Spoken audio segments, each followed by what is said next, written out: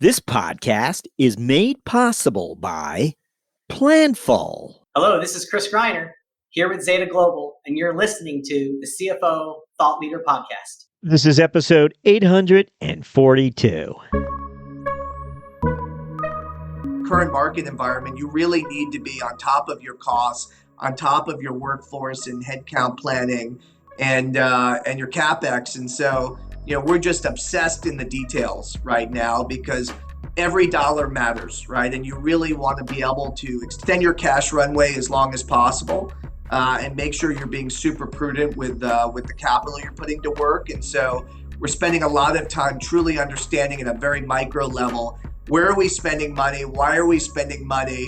Right? What are our people doing every day? Does what they do match with what we say our initiatives are supposed to be and what our key goals are, and making sure the whole thing kind of comes together.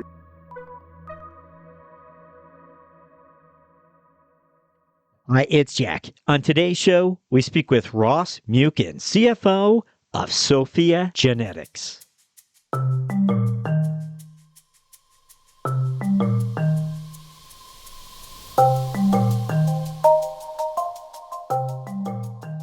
Ross Muken had been roaming the corridors of equity research firms for more than a dozen years when he experienced a dose of operations insight that would forever alter his future career aspirations. At the time, Muken was a top research analyst for ISI Group, an independent research-driven trading firm that had begun to attract the attention of a number of the investment banking world's largest banks, including Evercore, which acquired ISI in August of 2014. Evercore management told the street the acquisition would soon result in 20+% operating margins.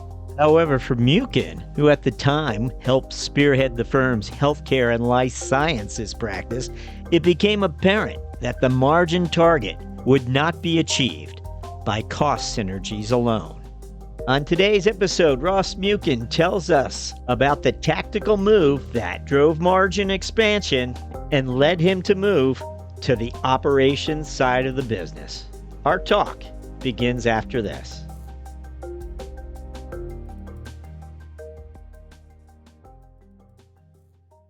With so much change around us and your need for increasing agility, you have to equip your team to win, and you have to do it now.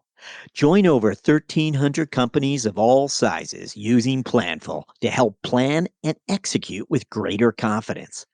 Planful integrates your critical financial processes to serve the data you need, insights you demand, and the answers necessary to manage your business optimally. Planful lets you plan better, close faster, and report more accurately. And Planful's not just for finance and accounting. It's for the entire business to plan, collaborate, and drive increased financial performance. Take full control of how you administer and manage all of your financial processes and data, and put finance first collaboration at the heart of every decision. When finance is a team sport, you can be a champion. With Planful, you'll be a champion of finance. Get in the game by going to planful.com to learn more.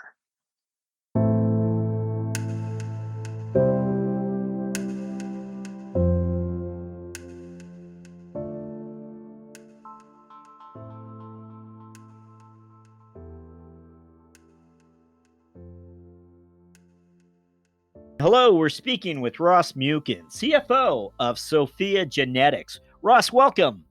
Thank you for having me. So, Ross, you've got a background, and again, we've seen this in life sciences before. Many people come up the research career ladder. So we were looking forward to speaking with you.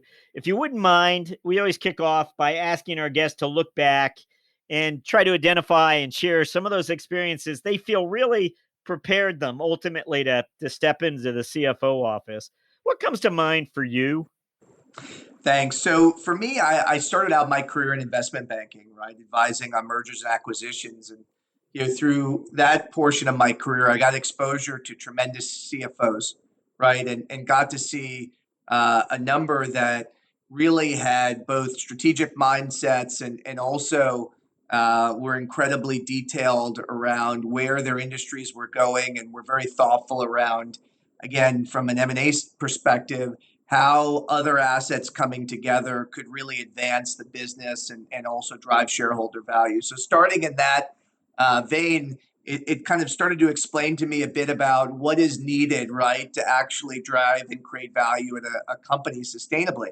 And then I spent a majority of my career on the research side. And again, through that, I was exposed to both good and bad CFOs, right, in a number of different businesses, from emerging companies that needed capital to some of the most established companies in the healthcare space. And so from that perspective, again, I started to learn a bit more around how different operating disciplines really show themselves in the numbers. Like, how does some businesses have materially better gross margins than the others?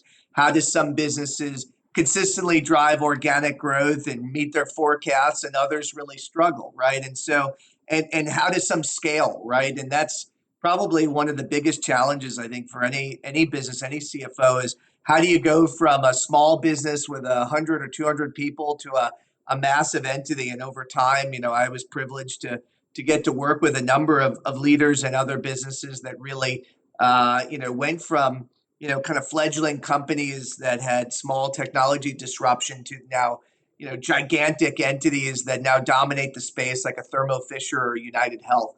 So that was really, I would say, a lot of eye-opening. And I also saw some bad, right, of folks that, got ahead of their skis and hired too much, or didn't control costs, or didn't understand the capital needs relative to their strategy, right, and destroyed a lot of value. And so that was, I would say, really high value for me. And then later in my career, Hey, Ross. yeah, I want to just quickly share some of where you spent your career building years. You entered the analyst arena, I believe. You can correct me along the way here, but at Bank of America, where you were a mergers and acquisition analyst for a number of years. yes, Interestingly, you had that 7-year itch, it seems. You were 7 years at Deutsche Bank as an analyst. You were 7 years at Evercore, which is where you were. And when you leave there, you step into a CFO role, but correct. you headed up all of their healthcare research and were the senior coverage analyst, focusing on all the 50 or 100 companies. But you had some interesting ways of expressing things. And again, you said it more than once. You had this unique lines of sight into the world of good CFOs and bad CFOs. As you mentioned, I think, say, bad CFOs are those ones that got over their skis too often and maybe had too much cost associated with them, or maybe not. Maybe you were thinking of something else. So tell us what distinguishes the good CFOs from the bad CFOs. It's always dangerous when we simplify, but let's. Yeah, it's hard to oversimplify, but I think one, you really have to be aligned with the strategy of the business, right? What is the business trying to accomplish, and then how do you, from the CFO seat, really support that, right, and ensure business has the right amount of capital. It's investing its capital in an intelligent way. It is pursuing a product or service in a way that will ultimately drive attractive gross margins. You're going to get returns on the capital investments you make, CapEx or otherwise, right? So just really thinking about things of, being able to fuel a business and then create something that's sustainable and ultimately, can continue to create value. I think that really understanding what levers create value, that sometimes, and again, that alignment with the business and the strategy and the operations, that often will separate the good CFOs from the bad CFOs. And then also it's about expectation setting, right? Sometimes, you may be successful, but if you strive for something that was unachievable, it might look like you're constantly falling short. And that has some negative implications as well in terms of your labor base and your shareholder base. I just want to make an observation regarding the research career track and what sort of distinguishes it from all the other finance career tracks and accounting tracks and people coming up the ranks. And that is, from a very early part of your career, you were sitting across the table from C-suite executives, exposures that most finance executives don't have until later in their careers. Exactly. So here you are with a seat at the table, asking them rather probing questions, trying to really understand whether they've got a grasp on this business. So it's always intriguing to me to know that certain companies, you're just not getting the visibility into that makes you comfortable. Like there's something wrong here, but you can't tell. I'm wondering if you can relate anything in terms of your style and that table, that conference room you step into with those folks, and you're trying to really understand as best you can what's going on in this company. When you walk away and you feel you have a funny feeling, what is that something to do with? What is it that's missing? What is it that's sort of leaving a question mark? And I know that's awfully broad. Sorry. No, I think it's a great question. Look, for me, it's really around, does the business or does the financial executive and the team understand what are the key KPIs, what are the key drivers of the business that you can offer, right? That give confidence that your strategy is being achieved, right? That you can sort of explain success through numbers. And so for me, having been across from many executives over time, when it seems as if they can't prove out, right, the success of what they're doing and relay that back to either efficiency metrics or productivity metrics or growth metrics or a whole variety of different things, you just ultimately feel like there's a lack of a grasp, right, in terms of what is important, right?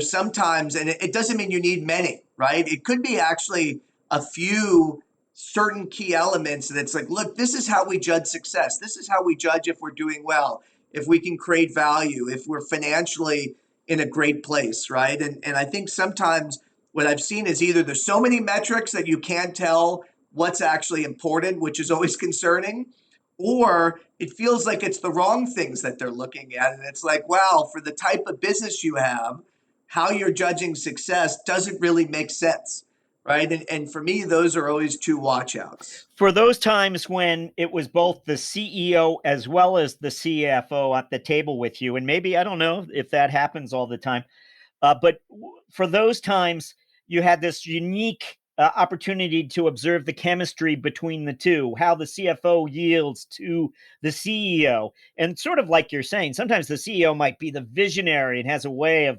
stating things that are a little vague or promising, but vague, whereas the CFO has to be more exact and have the numbers top of mind at all times. Would you say, yes, I get a small taste of what the chemistry is, or do you sometimes see something that informs you more?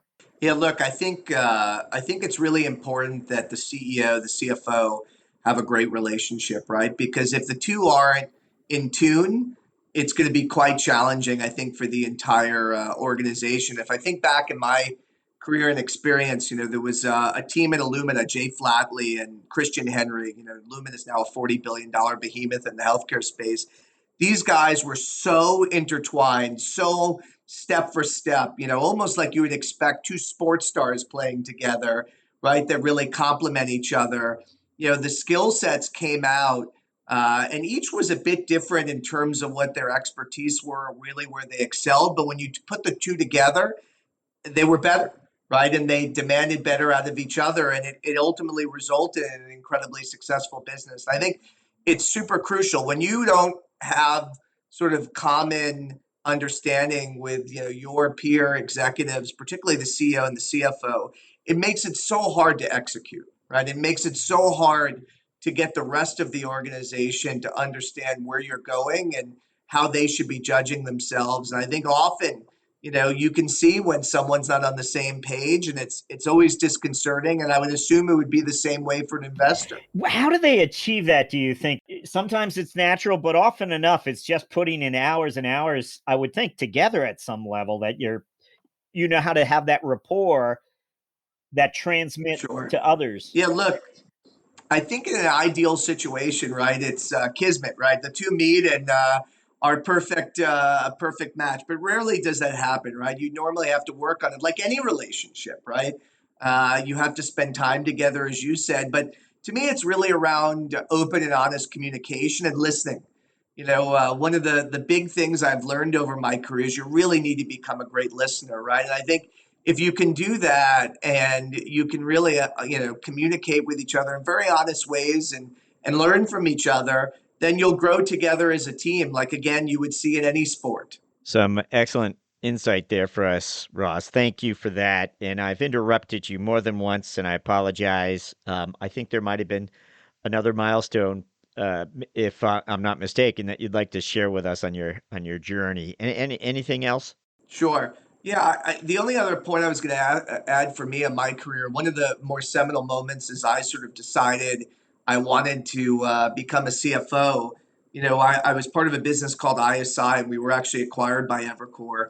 And through that process, I saw a lot of, what needed to happen as you integrated two businesses and drive synergies and drive margins and really, take a strategy that made sense on paper, but now had to make sense for shareholders from a numbers standpoint and deliver on it. And through that, that's what kind of made me decide to move into the operational and financial side of things and gave me a true practical experience. And I think everyone needs to go through some point where, again, they see it come together in real life and realize that so much of what we do on the financial side, it's complex and it's hard, but it's things you can grow from, right? That are always important. Did you have, what we call the operations itch? I mean, did you begin thinking towards your years and towards the end of your years and research that I'd love to get into the suite. I want to be a CFO or COO, whatever it might have been.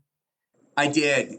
For me, having seen, so many companies kind of emerge and be successful and make an impact, one, I really wanted to be part of something where, we could, actually do something good for the world and sort of make a financial impact as well.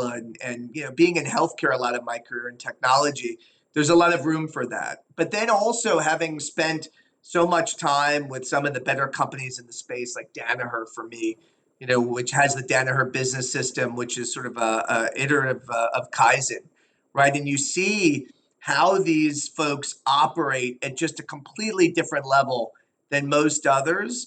I wanted to try it out, right? I wanted to practice myself and really see, okay, I viewed these, great people for many years doing this. I've learned from afar what happens when I actually roll my sleeves up and get dirty and do it myself. And I think until you do that, right, you don't truly appreciate all of what it is. And so, yeah, I had the itch, and obviously, as you well know, I scratched it, right? And so that's how I am where I am now. Was there and this is our last question, was there a recruiter involved when you do jump, or is it something relationship wise? So in my first CFO role is actually relationship wise, where I've been spending quite a bit of time in the space in digital therapeutics and was kind of really intrigued at this intersection of biology and technology.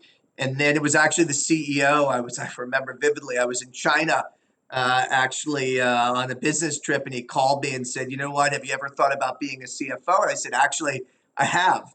And that led to a number of conversations, and I ultimately joined. And so it was a great experience, and it was very natural and organic. And then, coming here to Sophia, where I am now, this was through a recruiter who was tremendous.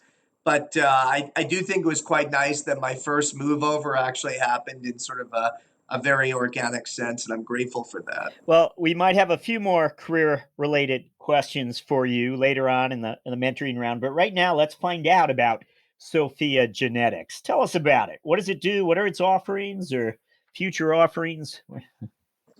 So we are the leader in data-driven medicine. So we are a cloud-native software business, and the real goal around the world is to create a collective intelligence, particularly in areas like oncology, so cancer and rare disease. So today, our software is deployed in about 70 countries. We have about 750 customers, which are mainly tier one academic medical centers and hospitals and the like. So in the U.S., you would think of someone like Memorial Sloan Kettering, right, where we just announced a relationship, or someone like the Mayo Clinic, right? So some of the leading organizations. We also work with pharma, but the whole idea for us is to sort of enable true precision medicine, right? So historically, you develop a disease like cancer, and much of what happens is not fit for purpose. It's hypothesis-driven medicine.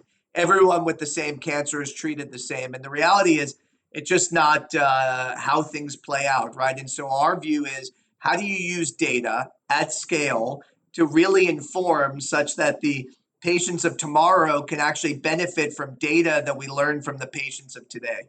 And so, we're growing at a very rapid pace and hopefully doing some social good along the way. So, is it where you use the example, the cancer example? Every cancer patient is different, and how they respond to medicine is different. Correct. So, your offering here is helping medical professionals or doctors better understand the traits, characteristics of patients where certain medicines have either have succeeded or failed to help the patient. What I do? You're pretty spot on, right? So the concept is really the journey for a patient is quite complex, right? So if, unfortunately, someone diagnosed with cancer, they touch radiology, so there's the image of the tumor, the pathologist, which is when they take a slice of the tumor and they look at it under a microscope. Normally today there's next gen sequencing, so they're sequencing the tumor and learning about it and your genetic makeup. There's all of your family history and what we would call phenotypic data. you know, in the world today, those are tons of unique characteristics about an individual and lots of data points. They're not utilized, unfortunately, certainly not together. And right, so having a common platform that can ingest all of this raw data and then help based on all of the patients we've seen in the past with similar characteristics start to inform on decisions about what to do and how you're likely to respond to certain elements. Because the worst thing you can do is say, all right, I'm going to give this cancer patient a drug, right? And then they become a non-responder. So you've given someone this incredibly toxic cocktail, and then they don't actually live or they don't actually see extension of life, right? So we're trying to help up matching the right patient to the right therapy. And then also if things change, right, in the treatment path, so unfortunately the tumor grows faster than what was expected, what do? Right? And what is history say you should do as the clinician? And the last piece of it is from a diversity perspective, we're in 70 countries. So, if you are in the United States and you're of Turkish descent, we have business in Turkey, right? So now we're drawing off of, from a genetics perspective, a huge population right there that's more similar genetically to yourself. If you happen to live in a part of the US where there is no other folks other than yourself who are Turkish, why should you be, genetically essentially looked at in this, sort of kind of a broad pool? And so by having the global network, no matter where anyone is in the world, they can learn from what other clinicians have done, right? And how it's worked out for them depending on, a ton of different factors and really get to something that's a lot more personalized. And so you're addressing sort of the nature of how this has been done traditionally, which is it's all siloed and there's no, what's being shared, what's known is kind of lost along the way in some ways. Oversimplified. No, it's exactly right. And it's actually a good analogy for what happens in most businesses, right? In many parts of our life, information and data ends up siloed. And then you don't really put the whole equation together to take proper decisions. And the reality is when it's coming to your health and when the outcome is people's lives, right? And people actually living longer, you want those decisions to be very informed, right? And that's what we're enabling. Look, clinicians, doctors still need to be at the center, just like in my world. CFOs or financial professionals still need to take decisions. But if you're armed with more information to take a better decision, well, that's going to be, I would say, more optimal than not. Just thinking about your organization, whereas data scientists populate pharma companies today, this company has is quite top heavy with them. Exactly. That's exactly right. So more than half of our 500 employees are data scientists and engineers, right? And data science, we at our recent analyst day talked about, the platform is really like the Formula One car, right? It's the tires, the body, the steering wheel, but data science is the engine that drives it, right? And so those two are very married together to sort of get optimal performance.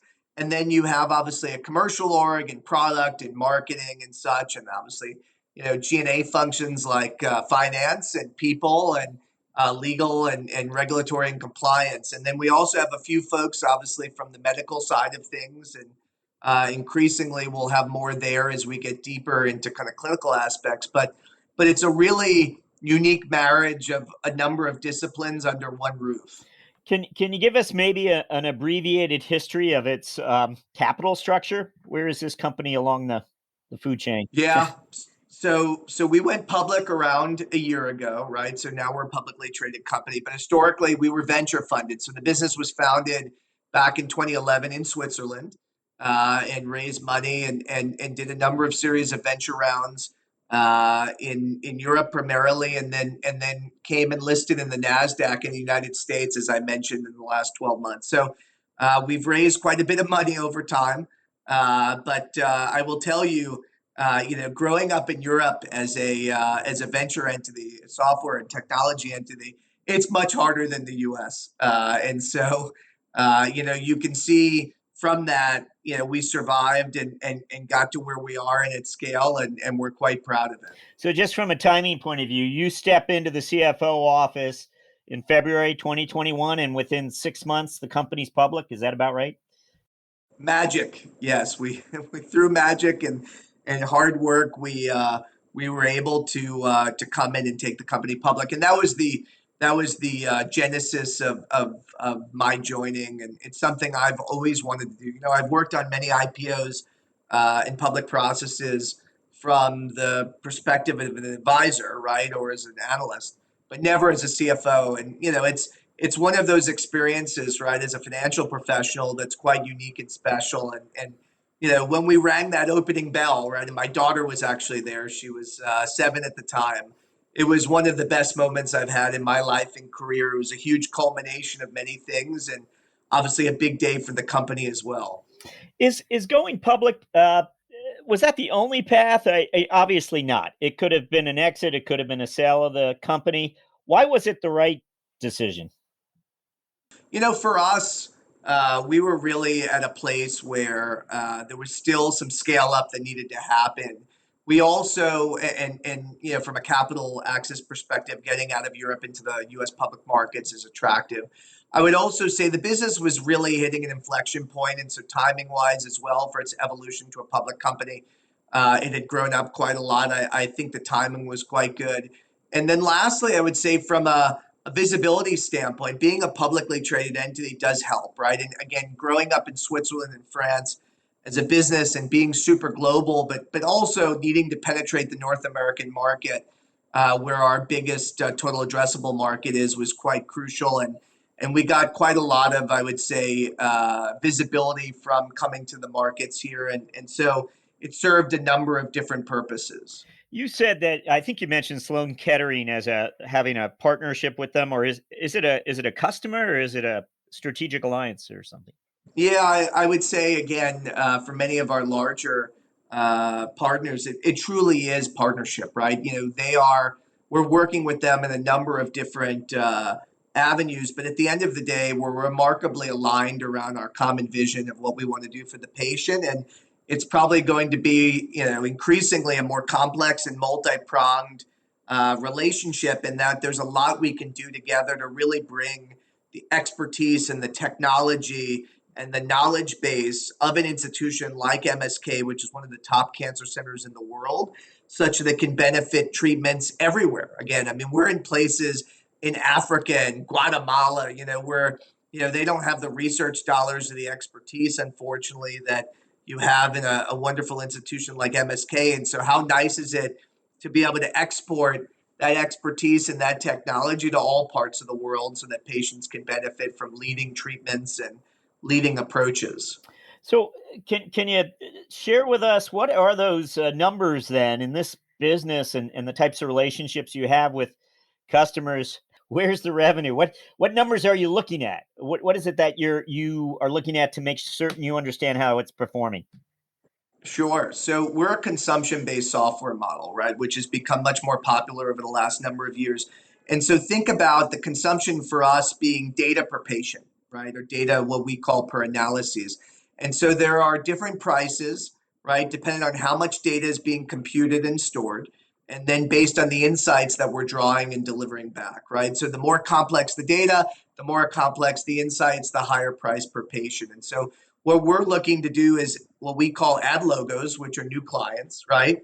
Then we want to drive number of applications per logo, and then richness of data per application or per patient.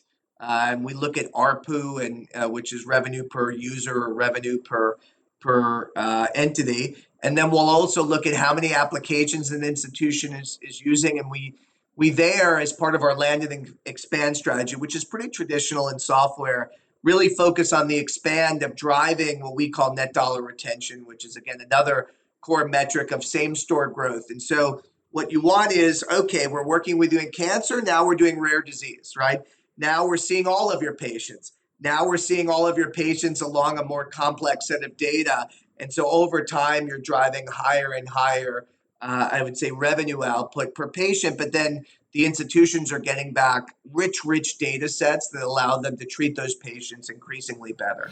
Curious, as the company went public and you found yourself on the front lines there with those prickly analyst types who ask those probing questions, curious, was there a particular measurement that you found you always had to spend more time with so they understood better the nature of this business, the unique situation? Sometimes every business has one, but this one seems particularly interesting as to how its relationships turn into revenue, I think. I don't know. Yeah, it's a great question. I think, for us, the big change, particularly in the North American market, is today most of what we do is very centralized, right? So many patients are being tested or their data is being sent away, right, to one of our competitors in a centralized space. And we took a very different approach. So we're a tech model, right? And tech models are decentralized. Similar to what Google does is almost like how our network is set up. And so explaining, right, the big difference. Why don't we have a lot of CapEx? Why don't we have more people, right? So the capital intensity of business, I think, was confusing to some folks. And then secondarily, how you start sometimes at very low revenue per customer. So again, a consumption model, if you look at a very large business like Snowflake, you kind of land at a certain level. It grows a little bit in year 2. It starts to get going in year 3, and then by years 4 and 5, you've now seen a huge revenue uptick. That's quite unusual in the healthcare space. And so it took folks a lot of time, I would say, to get comfortable with the fact that, man, you landed this customer, it sounded important, but they're paying you, I don't know, $10,000 in year 1. How on earth are you getting them to $1 million, right, down the line, or 500,000 or 300,000? And so this is why we've given so many traditional software metrics around backlog and bookings and net dollar retention, to give the sense again of how these customers land, but then really kind of grow with us and expand over time. And again, that's super typical of any decentralized model. Google just didn't start out with the fact that it had all of the world's information and can give you exactly what you need at the right time. It had to have folks interacting in increasingly greater ways so it could build its neural network of learning. And for us, it's quite the same. And the bigger you get of size of the network, the more interactions on the network, the better the network gets, right? And the better the network gets, the more people use it, right? And so, again, because it's consumption based, it really follows that type of path I described. And that was quite different, I would say, than a typical SaaS model where you're paying a subscription a month, or a typical diagnostic model where someone's sending out something and running a lab test and then sending you back a report. As someone who spent a lot of time studying the FP&A reports of different companies and trying to understand whether CFOs had all the talent they needed to crunch numbers and look into the business, curious how you might, having the opportunity to step in. I have a sense like accounting and those quarterly reports, no problem. You got that nailed down. But what about your FP&A team, and whether it's 2 individuals or a handful of people that you deploy? Where would you use them? Where do you need that horsepower? Sure. So for me, we've got our strategic finance leader that leads our FP&A function, and then there's 4 individuals. We've got 2 on the cost side and 2 on the revenue side. I would say it's pretty balanced, right? In the current environment, markets are really demanding on efficient growth, right? And durable growth, which means you have to really be understanding the investments you're making, right? Both headcount as well as indirects. How is that translating back to revenue? And are you just buying revenue, right? In a non-efficient way. And so we look at both sides, I would say, in great detail. For us, the good news of it on the revenue side is, you have a customer, right? And you know how many applications they have, and you know their utilization, and you know how many patients they're likely to see per week or per month. So you can really model out fairly effectively what, in a pretty detailed way, what a revenue stream should look like over time. And then our churn rate's quite low. We don't lose customers often. So you're really almost building these sort of cash flow streams, right, on the revenue line. And then you can kind of work backwards and say, all right, based on these commitments now we have, what's the COGS, right? And we have a lot of compute and store costs. We use Azure in the cloud, although we can also deploy on AWS or Google. And then you've got your customer service, and then you start layering in your G&A, your R&D, and your sales and marketing expenses. And so, we're very much trying to match the two together based on what we've contracted and booked, and then what kind of OpEx can we deploy. And then, the hardest question in all of this, and where we spend the most amount of time, is when you're thinking of new applications or new modules or new launches, right? And there, we've gotten much more, I would say, disciplined around where our R&D dollars are being spent and where our engineers and data scientists are focused, so that we get the highest return, right? And we understand the revenue expectations for the amount of OpEx we're putting in. That relationship, particularly in our space, super important, because there's tons of cool science to chase after, and there's lots of areas. It's a massive TAM, but attacking it in a way that's sensible, right? So that you can drive your key KPIs and metrics on the revenue side without getting too, again, over your skis on the cost side. It's crucial, because what we've seen in our space is a lot of folks have, again, in the search of data, put massive amounts of spend on the sales side or on the curation side or operationally to get that data out of these organizations, and then not realize they didn't have on the other side the contracts to support it. And so you end up kind of upside down quickly, and it's not a good place to be. Yeah, great insight there for us. Thank you. So we are up to what we like to refer to as our finance strategic moment question. This is where we're asking you just to pluck one moment of insight that you experienced out during the course of your career, something that, given your unique lines of sight into the numbers as an analyst or as a CFO, allowed you to avoid a risk, pursue an opportunity. Anything come to mind when we ask for a finance strategic moment? Yeah, so I'll go back to, again, when I was part of a merger, right, of two entities, and the company I was with was put together with Evercore. It was really interesting when you looked at the footprint of the two businesses, and actually where I sat in healthcare was areas where we had leading positions on the investment banking side in M&A and advisory. So this was, individuals that were really looked at as the top advisors for all types of companies across the complex. And then we also had, on the research side, thought leading research that was really valued. And so, putting the two together and then thinking about a margin profile of the pro forma business, it became quite obvious as we were doing the math in a people business, getting to sort of the operating margins that the business wanted, which was 20+%, was really going to be hard, right? And so what we learned was it couldn't just be the cost side of the equation that was going to get us there. We needed to think of new revenue streams. And what we understood was, well, what's another adjacency that we currently weren't playing in, but that would leverage these two strengths?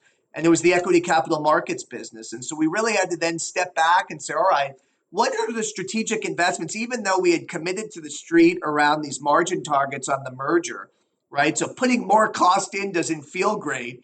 But our view was, if we could be tactical, so we're taking some costs out, but then reinvest those dollars to ultimately drive high margin revenue in a new business, could we actually get to that margin target, right, in a different way?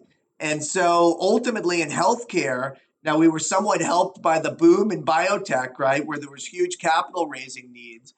but by having and recognizing a dominant strength where we weren't, I would say, leveraging it fully economically, we put some cost back in, even though we were taking out, and that paid back in tenfold, right? And we built a very large revenue base at better margins in this new business and actually got to our margin targets, not by shrinking, right, and taking out people, which is normally what you think about when you think about M&A and integration and synergies, but by driving a new revenue piece that was able to supplement and get us to that ideal margin target. And so, it was just a really aha moment of like, every time you need to drive profit, it's not purely the cost side of things, right, that has to be in the equation. Sometimes, again, it's not always the case. Revenue synergies can be hard, but they're really powerful if you can actually execute on them. And so it was a really good learning moment for me. And then the other side of it is, it's also really hard to motivate a force, right? Because you need the people to drive sort of that operational efficiency and be able to deliver still the revenues while they're being more mindful of the cost. When you start taking out lots of people and you're trying to grow and you're trying to drive margins, it's like intellectually not very cohesive, right? And so again, having them focus not just on cost and efficiency, but cost and efficiency while widening the pot for everyone. It was a rallying call that really got everyone together, and we got there on both the cost and the revenue side.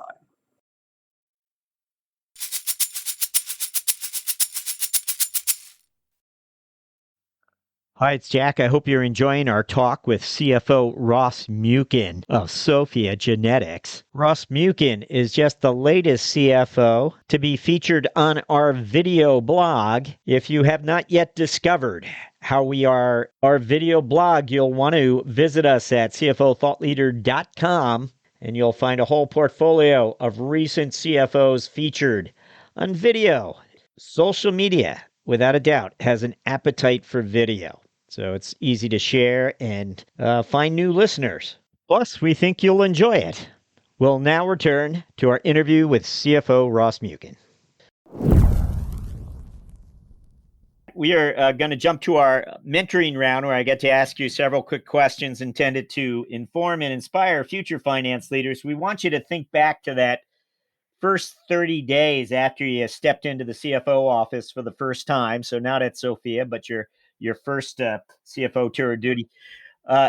When you took on the responsibilities for the first time, that first 30, 60 days, you're going to go back in time and talk to yourself. What are you going to tell yourself? Something related to that job that surprised you or Yeah, something. I would say there's two elements. One, make sure you listen and understand people across the business, right? Because, again, being in the finance function and tying everything together in terms of the numbers, you really have to have a perspective on everything else to make sure what you're doing matches up with what the business is doing, right? So I think that's a really key one, is spend some time listening and understanding, and then really develop a thesis on how you want to focus your org and where you can add the most value for the business overall. I would also say, don't fall too in love with systems, because often we think, all right, well, we see a problem or we see a challenge in the finance org. Maybe we should just throw some software at it or throw automation or something at it. Sometimes just improving process. Again, this is why the listening piece, you have something that's a complex cross-functional process. Sometimes just remapping it out and going back to basics on some stuff may solve problems quicker than complicated solutions, right? So not just jumping in and saying, ooh, we've got a challenge in accounts payable. Well, what are the best accounts payable solutions out there? Well, maybe there's some actually easier ways you can get at what the root of the problem is, right? And so that prioritization and then that simplification, I think, is really, really crucial to make sure you don't start going off on the wrong path and start looking at more complex ways to solve sometimes what are very basic problems. Great one for us. Thank you. We also like to ask our guests to reflect a little bit on the personal side of things. Ross, we wonder if you're known for a personal habit or a routine. This might be outside of work. This might be something a family member would point out. That's just Ross. He's always done it that way. Something that sets you apart, really, as an individual. I used to try to say it as finance leaders, but I got too many saying they clear their desk off each night as a routine. Wondering what people would say. Okay, is there some part of your routine that's I a would say little there's different? two things for me, right? I really believe in teamwork, right? And so on that, I'm willing to get in the trenches with my team for anything, right? And it doesn't matter how basic the task or how simple the process. If there's something that needs to get done and accomplished and it's important for the organization, I'll always roll up my sleeves and be there. I mean, even this morning when I came in, I emptied our dishwasher in the kitchen because things were starting to pile up and so forth. And we take real pride in our office and so forth. And so probably not the best example, but it sort of shows you to me, there's nothing that's kind of off limits. Like I'm not someone who as a CFO says, well, this is my role. I'm up here. And so it's up to you to execute. I think if you don't get down there with your people and be on the ground and at times get in there and roll up your sleeves and do stuff, you're not going to inspire them. And so that's the other thing. People say they have an open door policy. It's super true.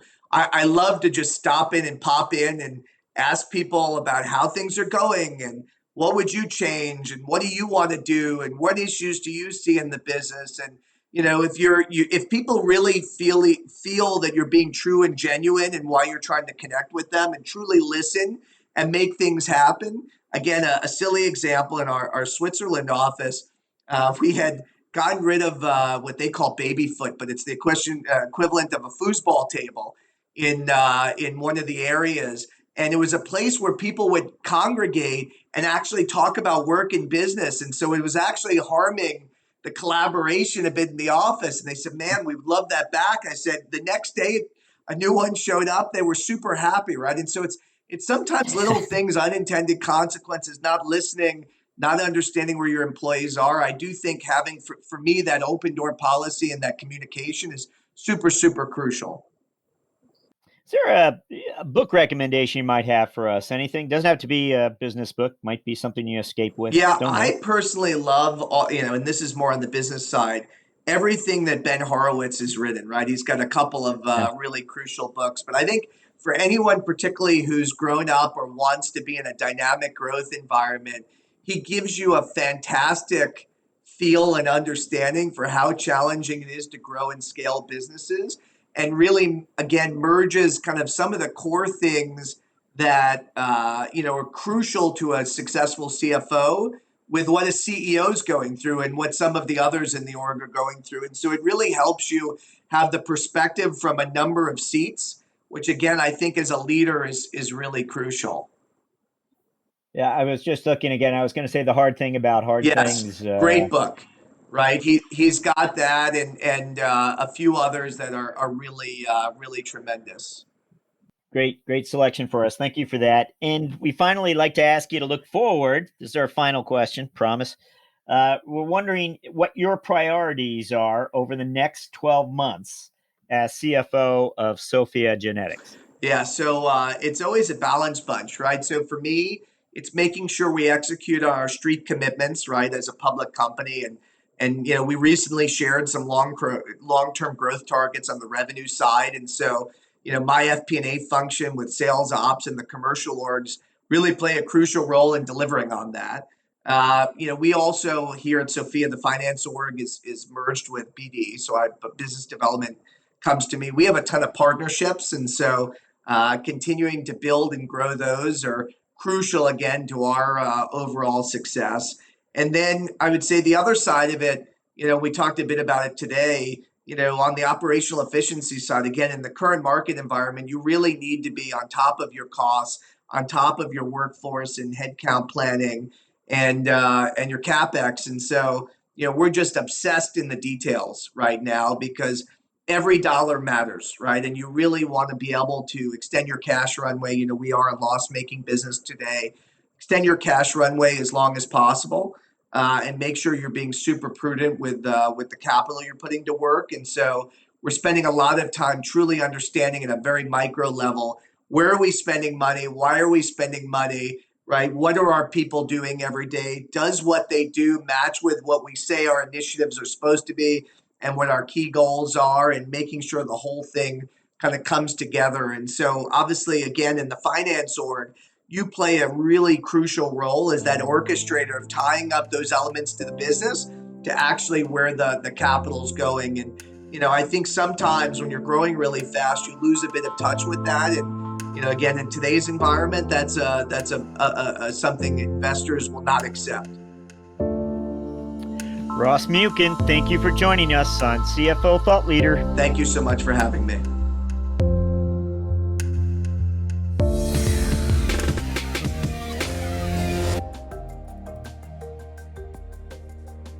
Hello, listeners.